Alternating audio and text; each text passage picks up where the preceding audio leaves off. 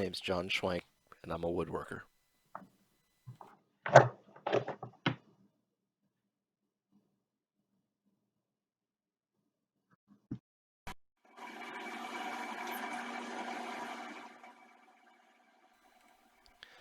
I'm only a hobbyist. I typically only complete a few pieces a year. That's partly because I'm most interested in building furniture, which can take a while.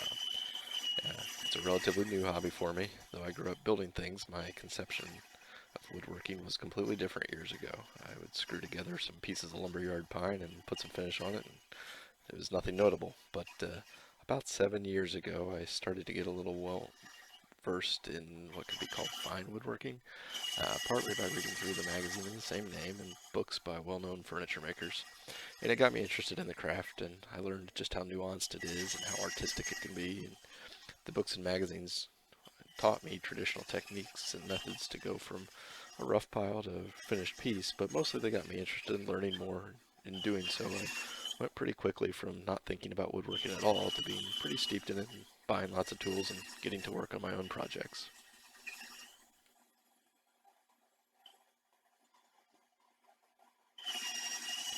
I think woodworking has captured my interest for a few reasons. For me, it's one, partly about the building itself, the construction process, and actually doing the work. Two, partly about the furniture and why I do build what I build. And three, it's partly about the artistic intersection between the two.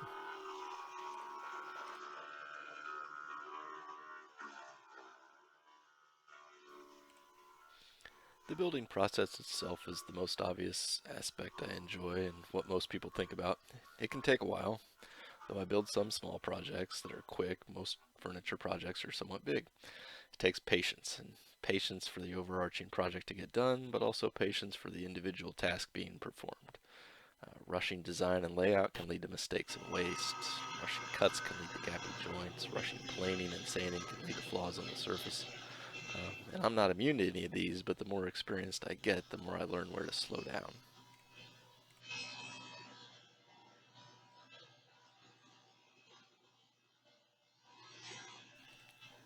I like to think beyond the actual execution itself, though, and reflect on what I'm doing and why. I'm attracted to the historical significance of several furniture styles. Many of the techniques for building good furniture haven't changed in hundreds of years, though the styles have. Shaker furniture is intended to be utilitarian and tends to be very simple, though many shaker pieces are beautifully designed. They reflect a whole religious and social movement in early America, though, and to me that's fascinating. The arts and crafts movement of the early 20th century was a rejection of the Gilded Age's increasing industrialization that led to shoddy furniture in everybody's homes, and that sounds pretty familiar to me right now. Some of the pieces I've tackled have individual significance to me. Some of my favorite things I've built are bookcases based on those that Thomas Jefferson had built at Monticello to hold his library, and then also to move the books to the Library of Congress.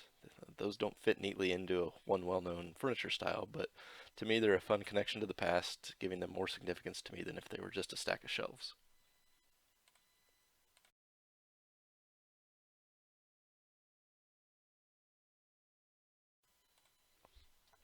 Woodworking is part of my appreciation for things that are built to last and endure beyond a few years. So many of us acquire pressed particle board furniture because it's cheap, and then we live with it until it breaks. I'm as guilty as living a life filled with disposable items as anyone, but using woodworking to build furniture is one way that I can separate myself from at least one aspect of that world. I want to build things that'll last for over 100 years realistically. Well built furniture easily can and does. Perhaps mine won't due to changing styles or because my pieces are too flawed, but I'd like to give it a try.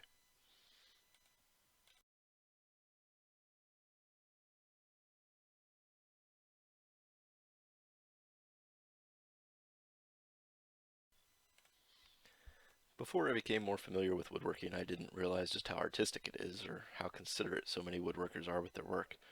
There's a spectrum of woodworkers ranging from true artists to fabricators, and for some that's a difference in technique, using hand tools versus using CNC machines, but for others it reflects a fully different approach to wood as a medium.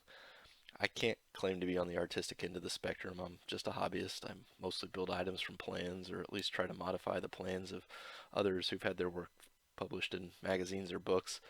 I'm mostly trying to replicate someone else's art, but in doing so, it does give me some connection to their work, and hopefully, my versions are well executed enough to be a reflection of their art.